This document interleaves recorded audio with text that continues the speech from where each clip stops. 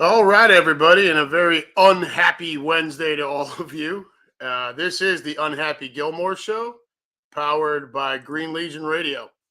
Happy to have you with us. If you are watching here on either Facebook or Twitter or YouTube, I always recommend YouTube, but as always, you do whatever fits you best. Before we get going here, I'd like to give a happy birthday shout out to my younger brother Ryan. Not sure if he's watching or not. He gets home and he's got the kids and everything. So, Ryan, if you're out there and you're listening, happy birthday, bud. You're not 40 yet, but you're pushing it. So you'll be joining the club soon enough. I hope you've had a great day, bud, and I hope the weekend coming up is good for you too. So, over in the room here, Lou and Keenan, how we doing, fellas? Keenan, what the fuck? Slippery Noodle is in the house. What's up, Gilmore? Hey, so yeah, this time of year they don't really, sports tends to, we can get a little, it can get a little slow, right? You get baseball. You do have the hockey playoffs and the NBA playoffs, but football takes a back seat unless you have a chucklehead like Deshaun Watson who keeps the spotlight blaring right on him, and we'll get into him a little later on. But for the most part, they just kind of die down, right? Baseball is just kind of getting off and rolling. Once the baseball takes center stage here in just a matter of another week or a couple of weeks, once the NBA wraps up and the NHL finishes up too. NHL, I don't know if anybody follows the NHL at all. We got so the Western Conference Finals were not even a contest. Edmonton got smooshed by the Avalanche. The Avalanche appeared to be the best team in the league all season long, anyways. But for Edmonton to not get in, and it's something my buddy Chris out here was pretty disappointed with too. You don't get to see the games really. Should probably be considered the game's best player in McDavid. You don't get to see him on the biggest stage. So it's a bummer there. But the Lance are a complete team. So they're sitting there waiting for the winner of the Tampa Bay two-time defending Stanley Cup champion Tampa Bay Lightning and the New York Rangers. The Rangers are phenomenal at home. Igor Shesterkin looks every bit the best goalie in the league. He looks that way on the road too, but the rest of the team is just inept once they get out of Madison Square Garden. So, Rangers had a 2-0 lead, leaving New York, heading to Tampa, feeling good. Got up 2-0 in Game 3 in Tampa, and allowed Tampa to come back, tie it, and then win the game on a wrister with like 41 seconds to go. So, Tampa looked slow and sluggish the first couple of games, but the Rangers let them off the mat, and now it's a series again. Tampa took both games in their house, and the series will head back to New York tomorrow night for the pivotal Game 5. Let's hop back over to the room here again. Fito in the house. What's up, my brother? How was Maverick? Maverick was awesome.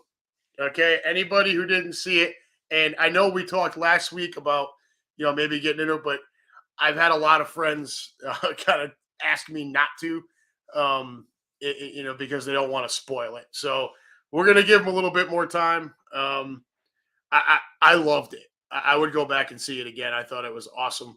Do I think it was some people think it was better than the first one. I don't.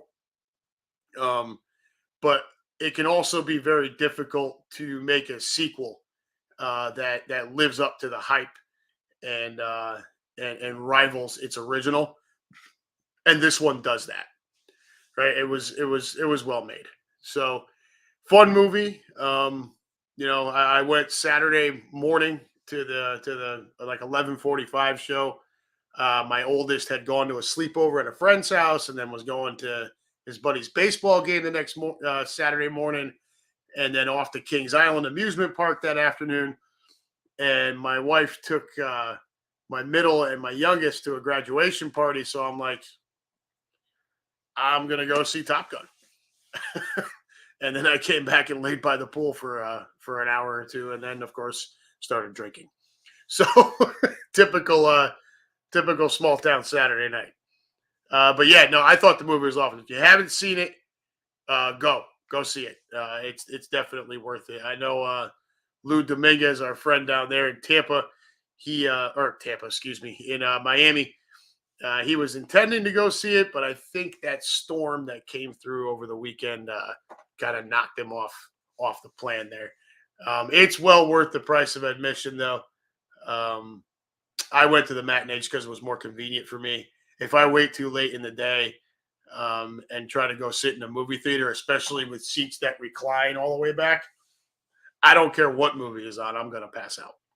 So I chose to go to the 11:45 a.m. show, like an old person. So Lou over on YouTube, sequels are always hard to replicate success. They really are. I mean, think about it. How many have really done it? Terminator 2 was pretty awesome. This movie, I will tell you, if you haven't seen it yet, when you do go see it, or when you see it, wherever you see it, it does live up to it. But I mean, how many movies actually do live up to it? The Godfather 2. Obviously Chris Sack wouldn't know anything about that. So, but most of them don't. Most of them don't live up to the hype. And then you get the ones where they try to remake movies, like Red Dawn, where I still refuse to watch the remade version of Red Dawn.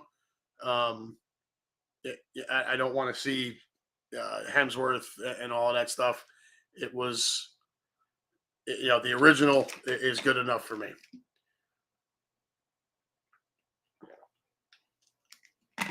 Tibor Puska, Equalizer. What are you getting at there, bud? I'm not.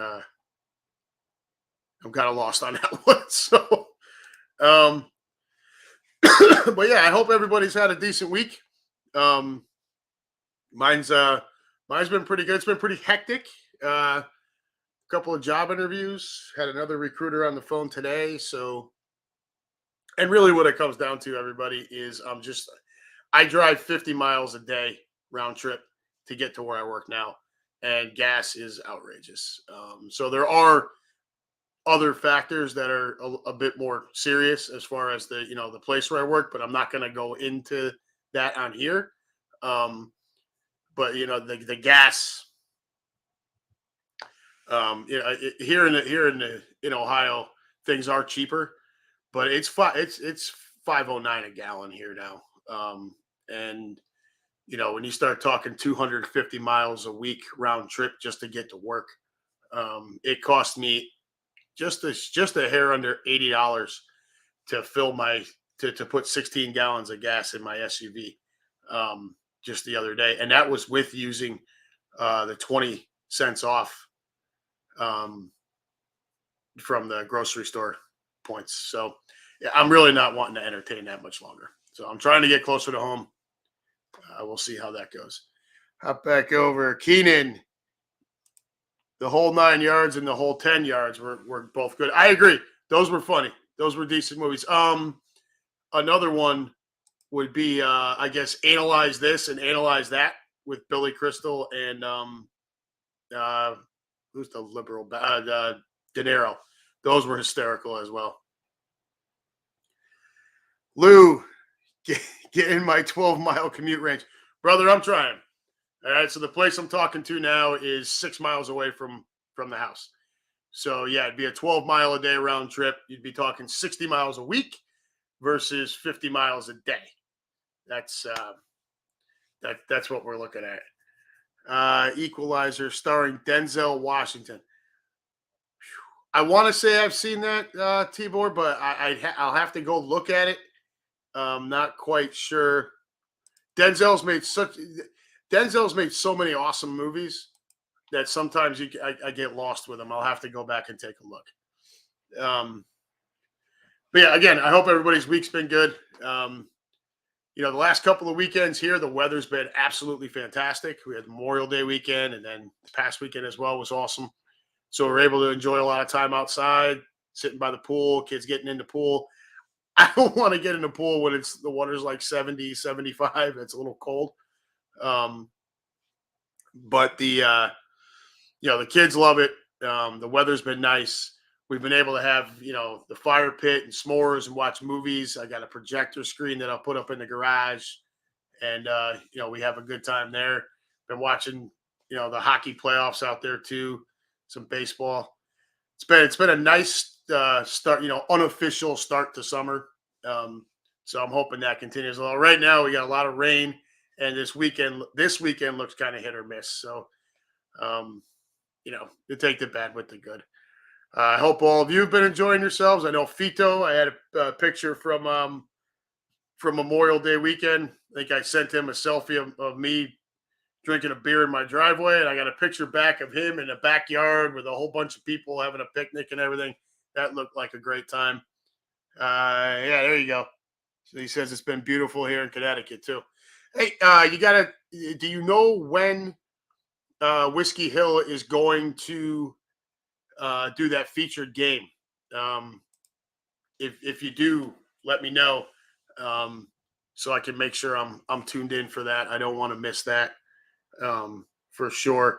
One other thing I did want to do, and while I meant to do this last week, and just give me a minute here to pull this up. It's on the Whiskey Hill page, and I want to, Fito, been my brother for 20 years, and we try to support each other even from a distance here. He's still in Connecticut. I'm out here in Ohio.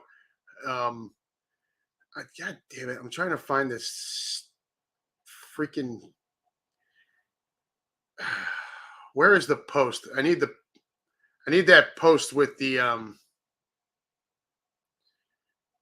golf fundraiser. Sorry, everybody. I'm trying to scroll. Here it is. So, along with trying to, supporting each other, Whiskey Hill was a softball team, but it's become more of a family. It's an area of Bridgeport, Connecticut. Those of you who are not familiar, but we support each other. I still have my jersey hanging up in the closet. I wear it constantly. Part of that extended family with Whiskey Hill, and this gentleman is a big Eagles fan. So, put that in your cap here. But there's going to be a charity golf tournament in Connecticut, and I understand that this may be a little out of the range for a lot of you folks. But for any of you who are from Connecticut and are listening from there, or if you watch this later on, there is a charity golf tournament at where is it? Whitney Farms Golf Club in Monroe, Connecticut, on Friday, August 5th. Lunch will be a 2:45 p.m. and then the golf will start at 1:45 p.m. shotgun start. Dinner will be at Holy Ghost Park, Nels Rock Road in Shelton, Connecticut. That'll start at 5:30. There's different participation opportunities, sponsorships you can put in. This is all, and varying dollar amounts. Everything from just, buying a dinner plate all the way up to, a platinum sponsor at $5,000. So this is all proceeds to benefit Mitch Teta and his family in their battle against colon cancer. Mitch is very sick with cancer. His brother Travis is actually on the Whiskey Hill softball team, and him, Fito, and I we used to get on this thing called House Party and banter with each other before they shut that down. And kind of when the world started to open back up some was when we kind of faded away from that a little bit too, because everybody was able to get out and do stuff again. But anyways, if you're interested in any of this with the golf tournament, please let me know. I've got the information here, and if I need to get more, I can always get that from Fito. So, it's a good cause. He's a good man. They just had a child, so it's a really tough go for them. So if anyone's interested in trying to help out, you want to go play some golf, you want to just go have lunch or dinner or whatever, let me know, and I'll be more than happy to help you any way I can, and or put you in touch with Travis and his family. So I wanted to make sure I covered that. I Vito, I meant to do it last week, and I totally spaced. So I apologize for the delay on that. Hey, and it just got really dark out there again.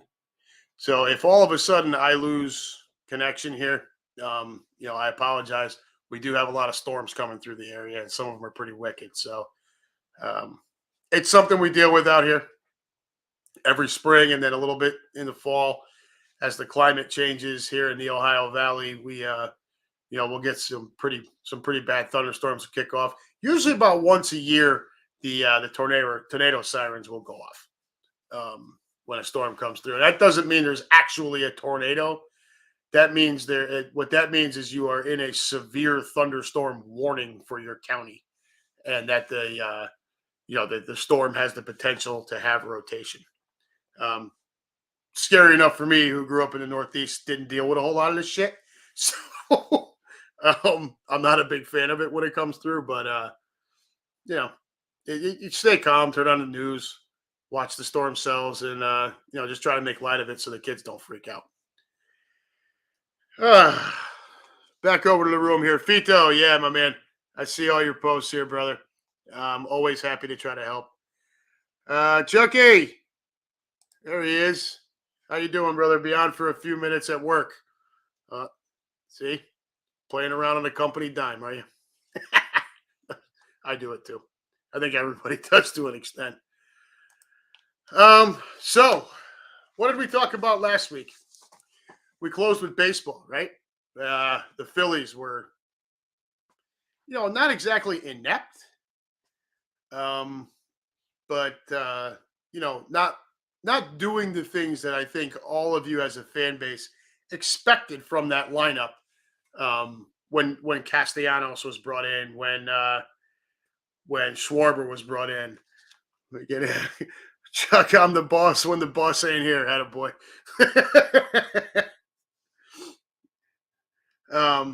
So, we talked about it, right? They were middle of the pack, even with having brought in all of that off, to bolster that offense, kind of give Harper some protection around the order.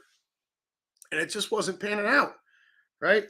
244 team batting average, 310 on base percentage, 401 slugging, 711 OPS. Middle of the pack in the National League. And it amounted to you were 12 and a half games back of the division, 6-14 in your own division. So, I'm not going to include last Wednesday's game because it's more fun to just talk about this after Girardi gets fired.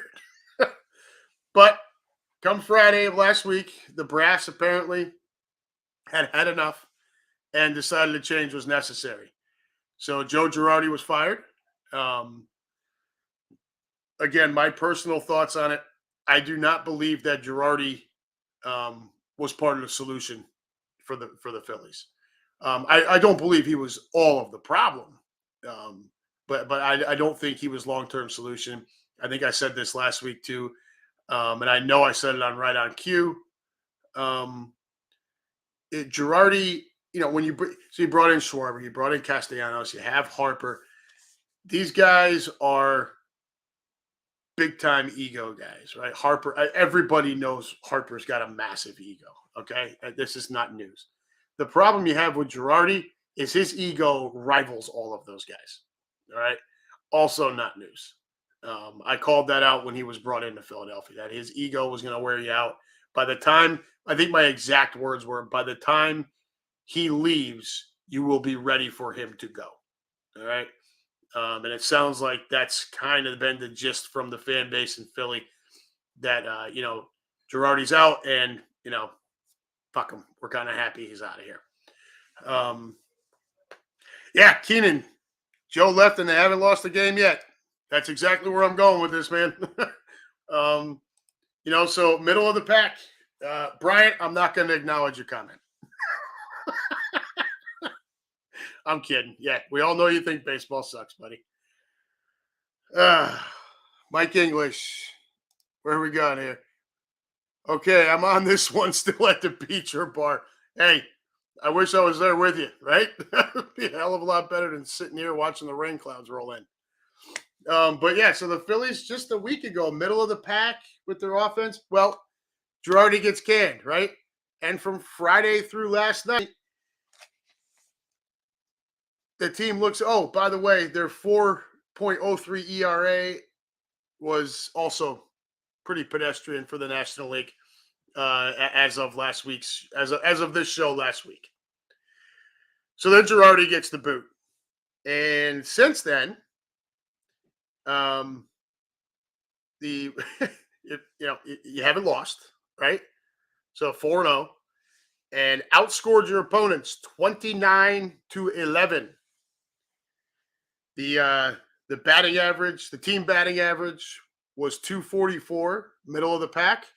Over this 4-game streak, 261 batting average, so 17 points higher. 370, about a 370 on base percentage. I was trying to just do some rough math earlier, just looking at it. You take the on base for all the 4 games, throw out the high, throw out the low. You're right in the middle, right about 370 as compared to 310, which is what you had been playing at. 450 to 500 slugging as compared to 401. It equates to an 800 plus OPS, whereas you were at 711 OPS. Over that stretch, the team has hit 9 home runs and has pitched to a 2.75 ERA as compared to a 4.03 ERA. Now, Lou Mancini, I think, has something to say here. Only 4 games in is too early to tell, but damn, these guys look a lot loose in that small sample. Girardi never trusted the young guys. Agreed. Very much agreed. So it is a small sample. And you can make the argument that they got the Angels at the right time. The Angels have completely fallen on their face. No surprise to this guy. But anyways, but that's not, they still have to go out there and perform. You could have a team come in who's, like Kansas City, I think, is the worst team in the league now, right? Even the Reds are better than them now. They could come in. You still have to go out there, perform, pitch, hit, field, run, throw. You still have to do your job. And the Phillies, the bottom line is, since Girardi was fired,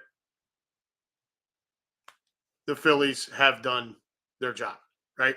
To more of what I think you guys as a fan base expected. Mike English, Ludlam is an official Green Legion sponsor. Yes, sir, I know. I yes, sir. We're working on the sponsorship as far as this show is concerned. So more to come on that. Hopefully sooner rather than later.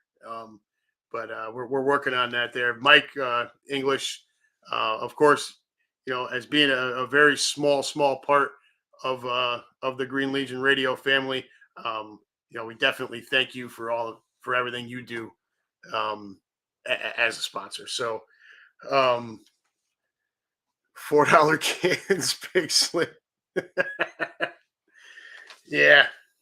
All right. So along with the the Phillies hot streak, Bryce Harper, right? If you just want to look at Harper over those 4 games, is batting .385, 3 homers, 9 RBIs, 5 runs scored, 3 walks.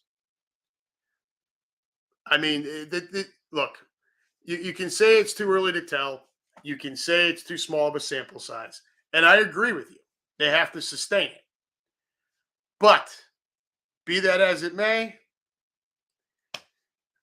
it's still it's still something for you guys to look forward to, right? I mean, they look like some sort of fire has been lit under their ass by the Girardi firing. The other thing I would point out about the Girardi firing, and it also goes to Joe Madden with the Angels, who was let go. I mean, that one, my God, the Angels, what if they, I don't even know how many they've lost in a row. Is it 11, 12, something like that? So they fired Joe Madden. Both of these managers, Girardi and Madden, were let go by general managers who did not hire them. Okay. So, you could say in Anaheim, Artie Moreno was the guy that made the decision, and he may very well have been. He didn't want to, he didn't want to pay Madden anymore for such an inept performance. But in Philly, for sure, Girardi was not hired by Dumbo. Okay, Dombrowski did not hire him, so there's no emotional attachment. There's no I hired this guy, so I don't want to be wrong type of thing. It is an easier decision for a general manager to make to fire a guy he did not hire when the team is underperforming. And let's be honest, something had to change with the Phillies. I mean, you can't bring in all of that talent and underperform like that, right? So, it's not like they're in first place or anything. You still got a mile to go for that, but you're only 10 and a half back of the Mets instead of 12 and a half now, and you're only 3.5 back of the wild card. I still say it's too early to talk about division or wild card races yet, but you also don't want to fall too far out of it. Personally, I think you may very well already be too far behind the Mets, unless they pull their typical shit where half the roster goes on the disabled list and they choke, which I would laugh. I don't like the Mets. I think I missed a couple of comments here. I'm going to go back up. Fito, I believe I've never met a Phillies fan in my life. Well, you're in the right room, brother. If you're still in here, because there's no shortage of them here. I mean, all of you know I'm a Yankees fan, but certainly, along with the Green Legion is a legion of Phillies fans. So we shall see around the All-Star break, Chuck. I agree. I like to take that first pulse on June, right at the beginning of June when you're somewhere between 40 and 50 games in. I think you kind of get a pretty good read on kind of who you are, but not exactly what you're going to be. So it's nice to take that first pulse there. But I agree, the All-Star break, July 1st, right, the 4th of July is the next kind of, where the hell's everybody out? What the hell are you doing? And then, the All-Star break just a couple weeks later. And then you have the trading deadline where by July 1st and the All-Star break, teams generally know, okay, look, we're going to have to go get a pitcher. We're going to have to add a bat. We're going to need a reliever. We need a backup catcher, something, right? We need some utility depth on the infield, whatever the case may be. When you get to that point, and hell, a lot of them may have already got it figured out now. So because you're only talking about a month or so away. Adam, you are part of the dark side. Yes, I am. Proudly. Yes, a proud member of the dark side, my brother. Blue Man CD. Yankees are my American. Oh, I clicked on it. No more Yankee, my Wanky. Partial love with a Giants Yankee fan. Hope to catch up. Yikes. Yeah, it's got to be a tough go if you're Phillies and Eagles, dude. Giants and Yankees is probably not a good. It's probably not a good mix. Where are we here? Yankees are my American League team. So Lou, all right, and different strokes for different folks. I get it. I never quite understood that though. I mean, I guess if it gets to the playoffs or whatever, and you want something to root for, you're going to pick a team in either league or something like that. Or maybe you're just more of a baseball fan overall than actually dedicated to one team. But I never understood this is my American League team, this is my National League team. Like I said, different strokes for different folks. Mike English, trust me, she's hot enough to let it slide. Well, good for you, man. And tell her I said, let's go Yankees. Fito's probably going to kill me for that one. uh, where else are we at here? But yeah, so Yankees are my American League team. I mean, I don't have a National League team. I root against the Mets just because I'm a Yankees fan. So the Mets have always been kind of that little brother, like pulling at your pant leg, being a pain in the ass, so it's fuck out of here. But yeah, no, for me, it's Yankees, and then I just the teams that I hate, like absolutely despise. Really, I hate everyone that's not the Yankees. It's just there's teams that I hate less, like the Phillies. I don't hate them as much as obviously the Mets. Of course, the Red Sox are the number one. You know, I hate you. Uh, they're in line with the Dallas Cowboys for me. So when you get, for baseball, it's the Red Sox. For football, it's the Cowboys. Those two teams are the two teams that can really just go piss up a rope. And my father happens to be a fan of both. So now you understand why I'm a Yankees fan and an Eagles fan. Blame Thurman Munson, dude. Low blow. No, I'm kidding. Blame Thurman Munson. Now, hey, look, my mother, Lou, I'll tell you, my mother, she was the she loves or loved Thurman Munson. Now, my mother's still alive, but obviously, Munson is no longer with us. He, no, he was her absolute favorite. My mother went to every single Yankees home game in, I think, was it the 76 season, 76 or 78. She was there when Chambliss hit the walk-off homer for the pennant. Yeah, I mean, she's the reason. Well, her being a Yankees fan, my grandfather, my cousin Danny, and a bunch of my friends being Yankee fans, and then my dad being a Red Sox fan. Those are the biggest reasons why I am a Yankees fan. Room is jumping as always. What do we got going on over here? Chuck's got something to say. Chuck, I always root against the Yankees. Same boat as the Cowgirls. That's how I feel about the Red Sox, bud. Right? So, and I get it, right? The Yankees are that team. Okay? Every sport has that team or that group of teams, right? With baseball, it's the Yankees. And it's always been that way. And it is what it is. With football, it's Dallas, Pittsburgh, New England. With basketball, it's the Lakers and Celtics.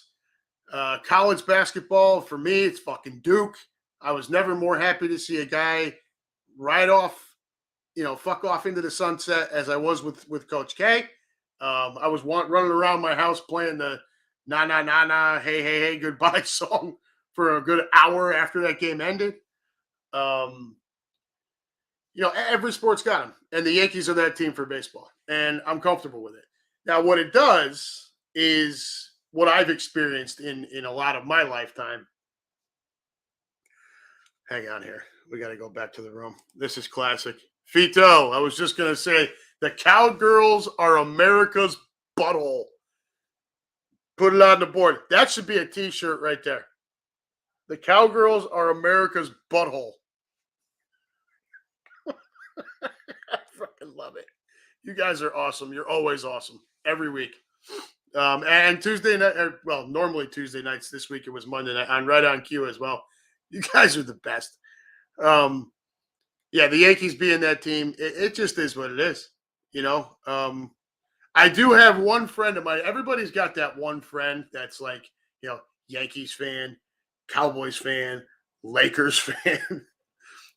I've got one of those friends, and it's like, oh, dude, do you understand how hard it is to defend you in public? He's a good dude, but good Lord. Yikes. But I'm glad we segued over to the Yankees because that's the kind of the focus of my anger here this week. Yeah, at 40-15, I'm not complaining at all. the team has been absolutely unbelievable. Aaron Judge looks every bit the MVP candidate. Yankees are going to have to give him the bag. All right. This kid wanted a big, huge, massive contract in the offseason. Hal Steinbrenner chose to haggle with him, and Judge decided to shut down the negotiation talks. I'll talk about it after the year. Well, you know what? If the season ended right now, he is the American League MVP. Now, it's not a landslide. There's other guys having decent years too. But Aaron Judge is easily the MVP, is definitely the MVP of the American League at this point. They're going to have to give him the bag. My problem is with the latest move, one of the latest moves that the Yankees made. And Fito, chime in here when you want, if you want to. The Yankees sent down Miguel Andujar, who immediately requested to be traded from the team. And I don't blame him. I'm normally not a fan of these guys bitching and moaning and stuff, but this cat, so they brought him up late 2017. He didn't do much, right? 2018, at 23 years old, he comes out and he finishes second in the Rookie of the Year voting. If anybody doesn't remember who won Rookie of the Year in the American League that year, was Shohei Ohtani. And I would tell you, Andujar was better that year.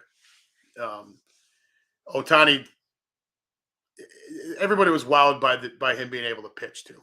That's what it was all about. Wins Rookie of the Year, batting .297, 27 homers, 92 RBIs, 83 runs scored, and 170 hits.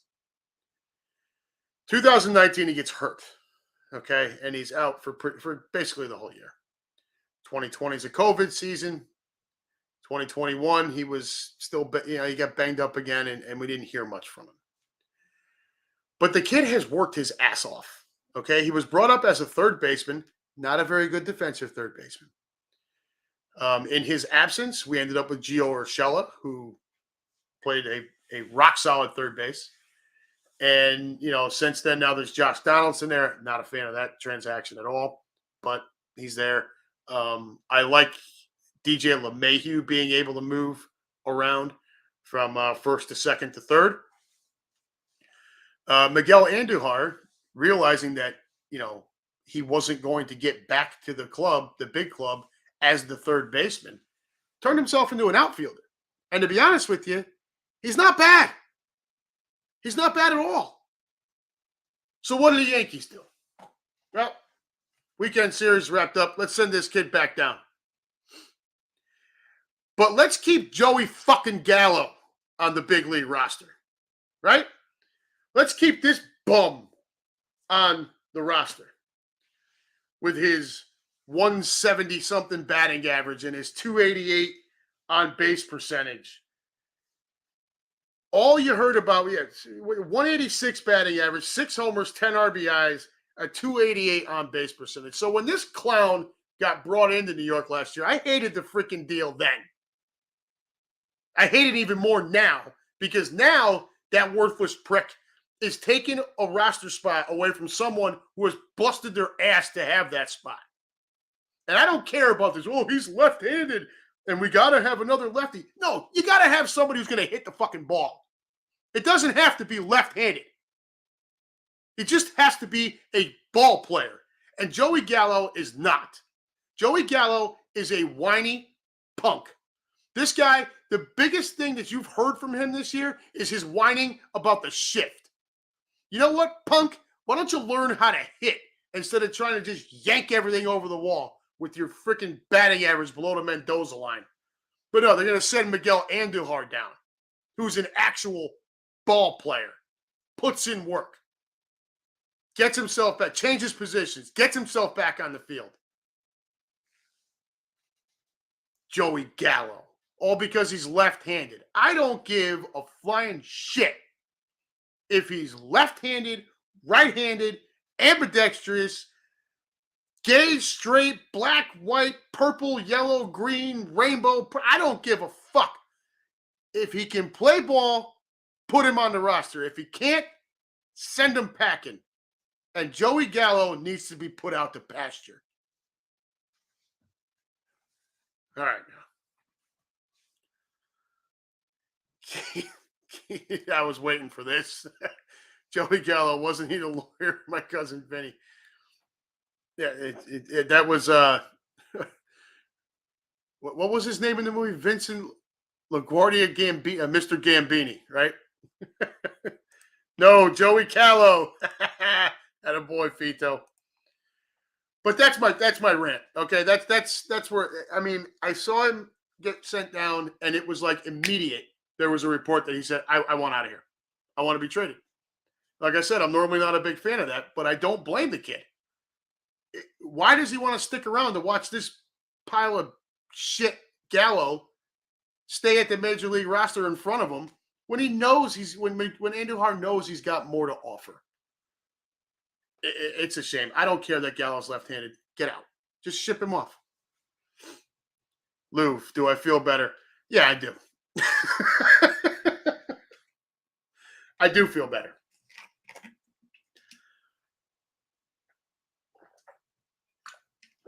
Now I feel better. Whew. All right, I get a little hot when I get animated like that. So, there. Now that's off my chest. Yeah, Fito, I saw your comment too. Ship Gallo out. What baffles me is there's some fans that try to defend him. Look, just because he's Paisan doesn't mean he has to play for the Yankees. All right, you get him out of here. But that's part of being a Yankees fan. There are a lot of fans that give the rest of us a really bad name.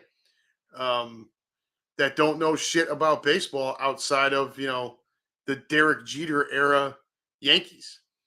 I grew up in the 80s. The Yankees were a good team in the 80s. No team in baseball won more games in the 80s than the Yankees. You know what they had to show for it? Bubkiss. Nothing. No titles.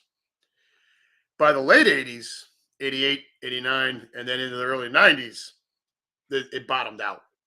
And the team was bad. So I had to grow up with that.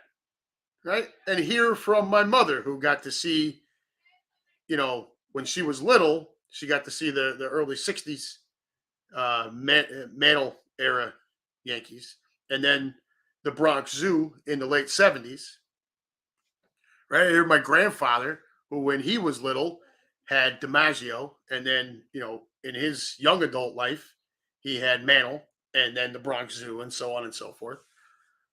I had Don Mattingly, right? And Donnie, for a generation of us, Donnie baseball was baseball. Okay, short-lived, and he should have, done. If his back doesn't go out, he's probably a Hall of Famer. But for like I said, for a generation of us, he was baseball. Him and Willie Randolph on that team. Those were probably my two favorites, Randolph and Mattingly. And I tried to play. So I'm right-handed. So when I played Little League, I played second base because that's where Willie played. That's where I wanted to be. Ricky Henderson was there for a little while. Ricky Henderson's an asshole. And Ricky's very, happy to tell you that Ricky's very happy with Ricky's accomplishments. Ron Guidry was still there when I was little.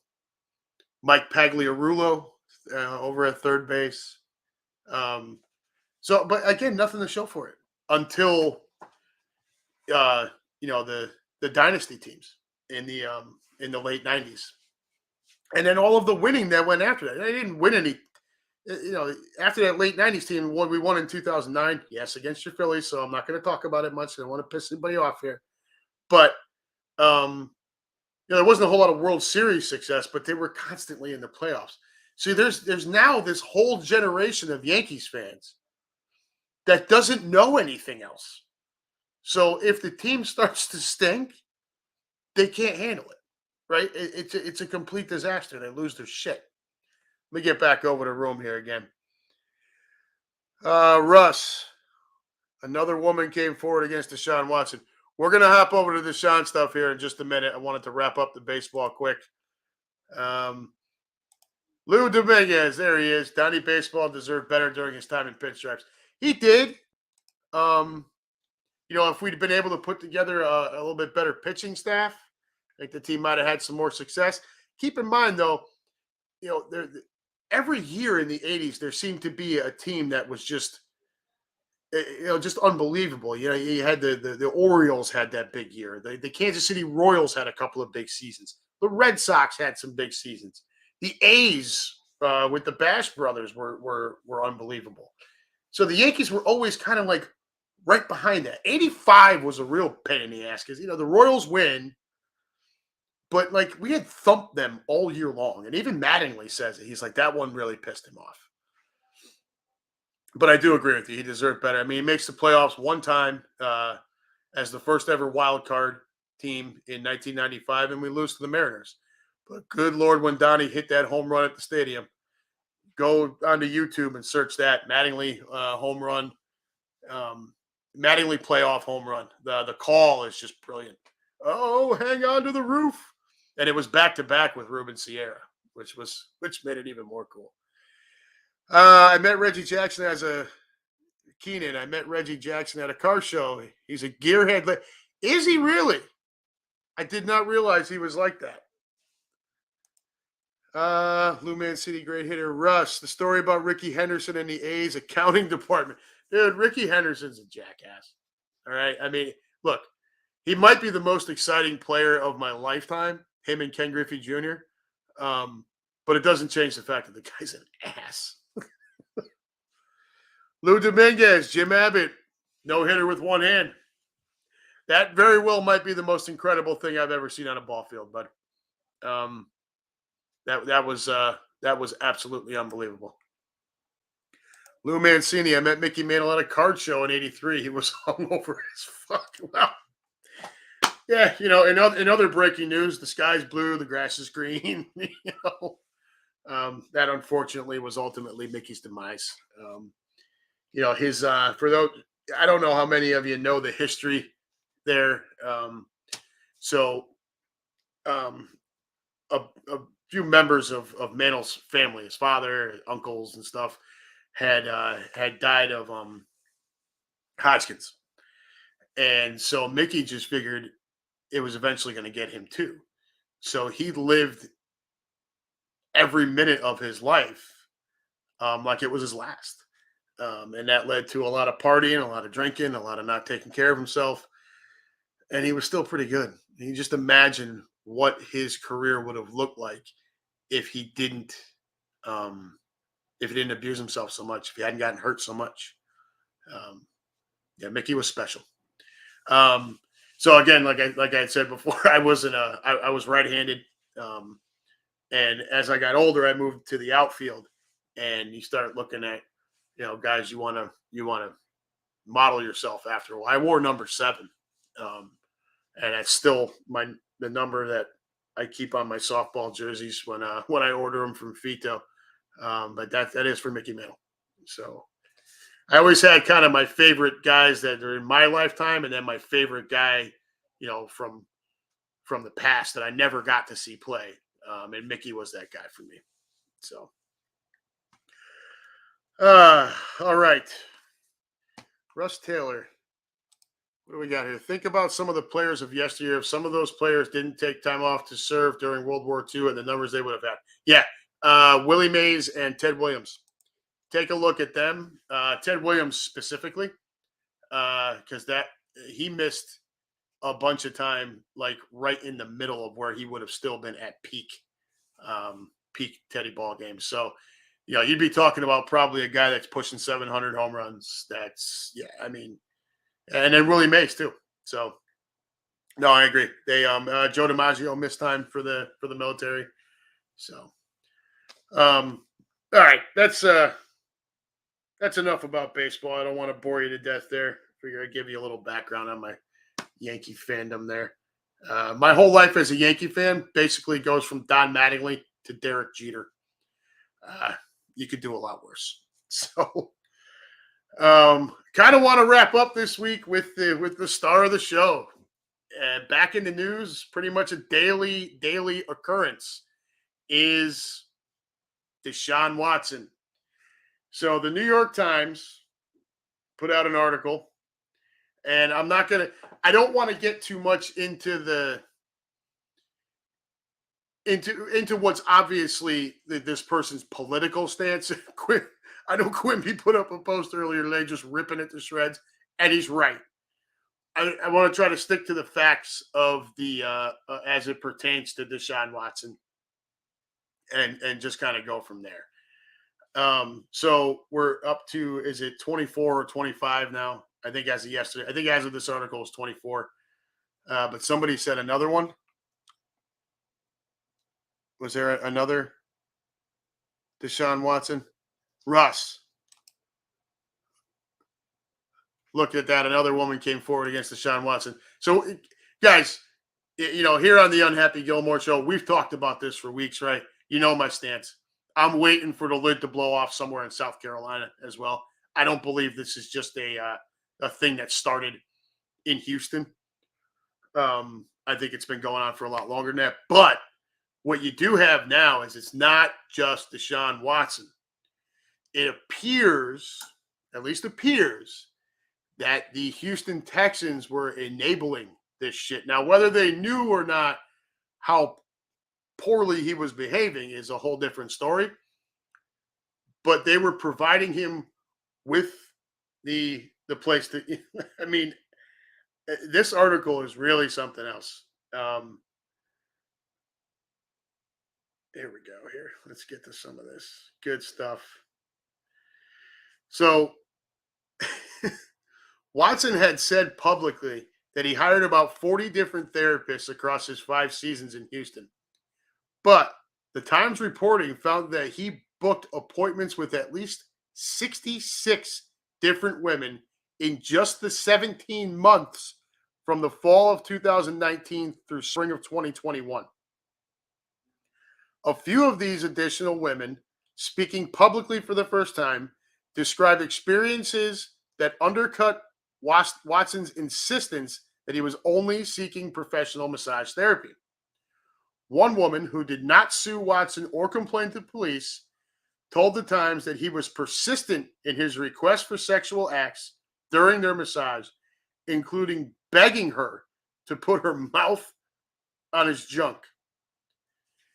She says, and I quote, "I specifically had to say, no, I can't do that." And who had said the woman who spoke on condition of anonymity to protect her family's privacy. And that's when I went into asking him, what is it like being famous? Like, what's going on? You're about to mess up everything. So this is a woman that he's trying to basically solicit. And she's obviously turning him down, but she's also like, dude, what's your problem? You get the world on a string. Doesn't stop there, though, does it? The Texans got Watson a membership at an upscale private club where he received some massages, and also they provided him with non-disclosure agreements that he had the masseuses sign.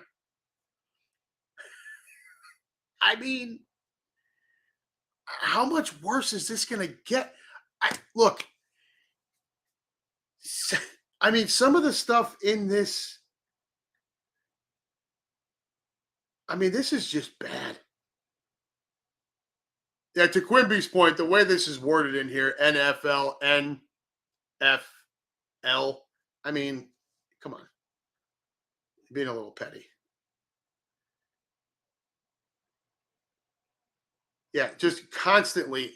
So, I mean, every single account is him just, begging for sex. So there's this latest one where he wanted, oral sex or whatever, and she refuses, but then he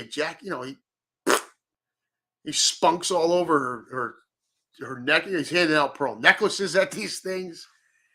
So I mean, come on, Goodell here. I don't know what else they're waiting. What else the NFL is waiting for? You've got to at least suspend this cat for the for this season. You have to. This is not going to stop. There's going to be more, and I'm begging for someone to go digging in South Carolina. Fito skeet. Yeah, buddy. Giggity.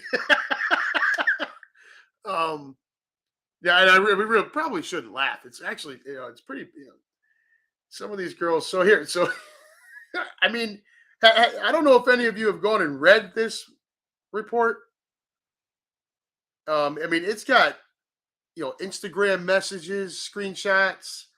Uh, I mean, he's trying.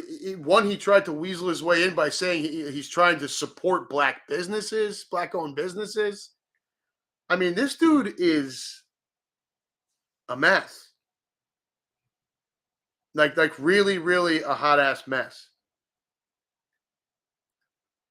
Watson and his lawyers. Then there's another woman, right? Yeah, here we go. In June 2020, Watson began frequenting a spa in a strip mall off Interstate 45, at least a 30-minute drive from his home or work. He had found a place called A New You Spa on Instagram and sent a message. The owner, Dion Lewis, became a resource for Watson, able to connect him with multiple women for massages. In a deposition, one girl states that Dion looked out for him, sometimes arranging for a security guard when Watson came in, concerned the expensive cars he drove might make him a target for a robbery. She also got things from him. In November 2020, Watson paid her $5,000 through an app, she said, to buy spa equipment.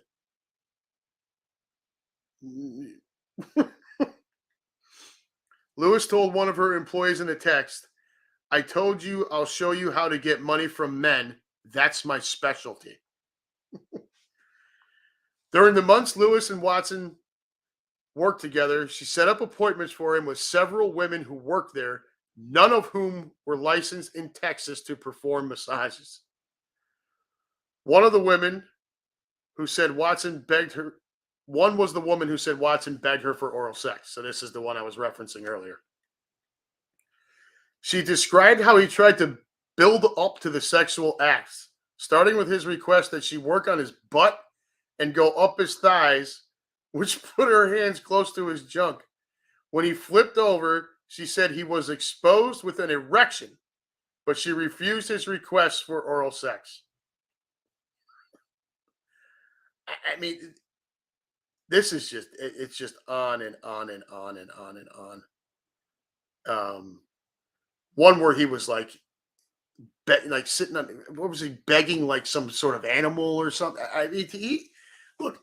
Not only do I think he shouldn't play football this year, I think he needs. He may need professional psychiatric help. Honestly, some of the stuff you're reading, I am not going to read everything verbatim here.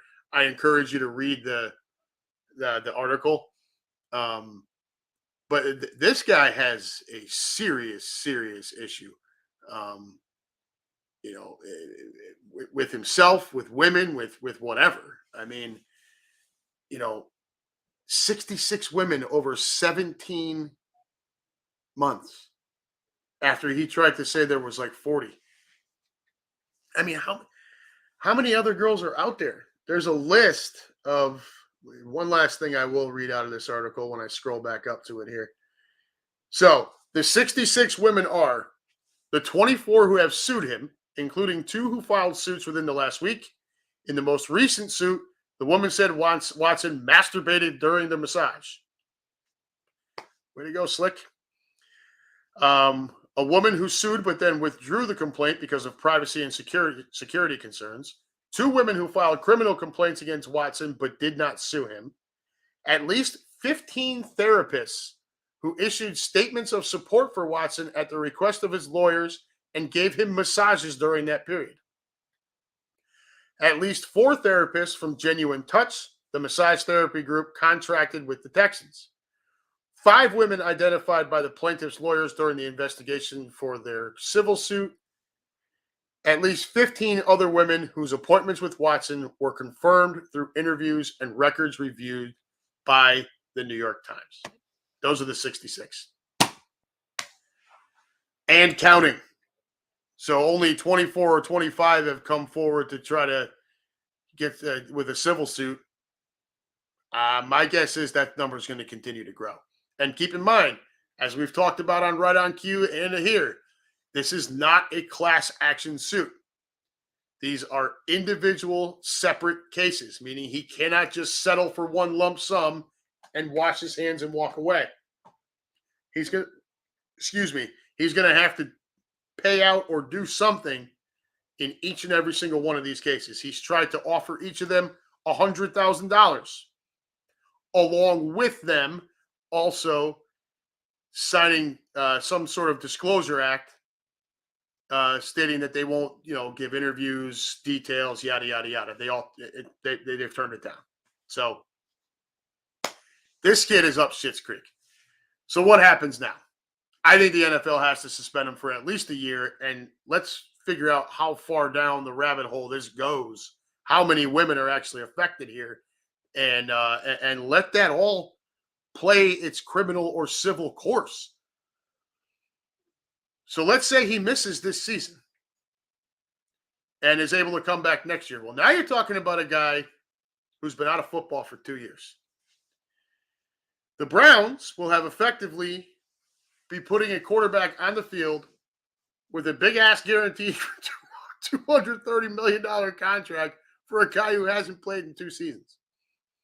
Or do the Browns find something in the contract verbiage where they can get out of this deal and let Watson go on out to pasture or whatever? Well, I guess you could look at it that way, but then what are they going to do for a quarterback? You think Baker Mayfield's going to come running back with open arms? I wouldn't bet on it. I would bet on Baker Mayfield playing in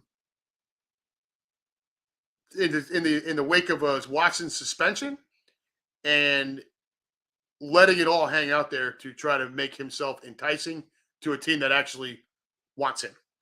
I don't think Baker Mayfield's a very good quarterback. I think he's a starter in the NFL, but I think he's a low-end starter. I think he's a guy who everything has to be perfect. The offensive line has to be healthy. He's got to have a great running game. He's got to have the stud wide receiver.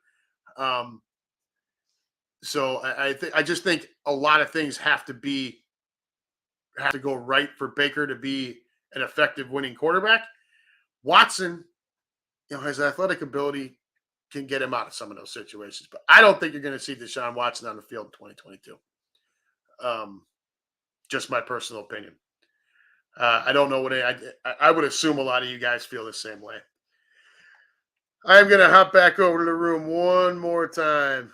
Lou Mancini, nice Gilmore. Oh, I get Lou. Yeah. Thanks, brother. Thanks for wrapping up the Yankee talk there. Wow, imagine being a Browns fan with morals. Burn down that stadium shit. Lou, exactly. My mother-in-law, my wife's family is all from just outside of Cleveland. My mother-in-law is a huge Browns fan. And she's quick as a whip too, man. She can, she's not just, a girly girl fan or whatever you want to call it. She knows her shit. And she is absolutely disgusted by all of this. She was disgusted with the trade, as all the Browns fans should be.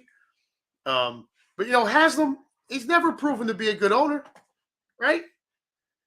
You shit on Baker Mayfield, and I just told you what I think of Baker Mayfield, but the bottom line is the Browns have had more success with Baker Mayfield over the last few years than they've had in a fucking decade. So why you were willing to kick this guy to the curb for a guy like Watson, who, while I get it, incredibly gifted, you had no idea what was going to come down the pipe with all this crap that he's facing. Shit move by a poorly run organization once again.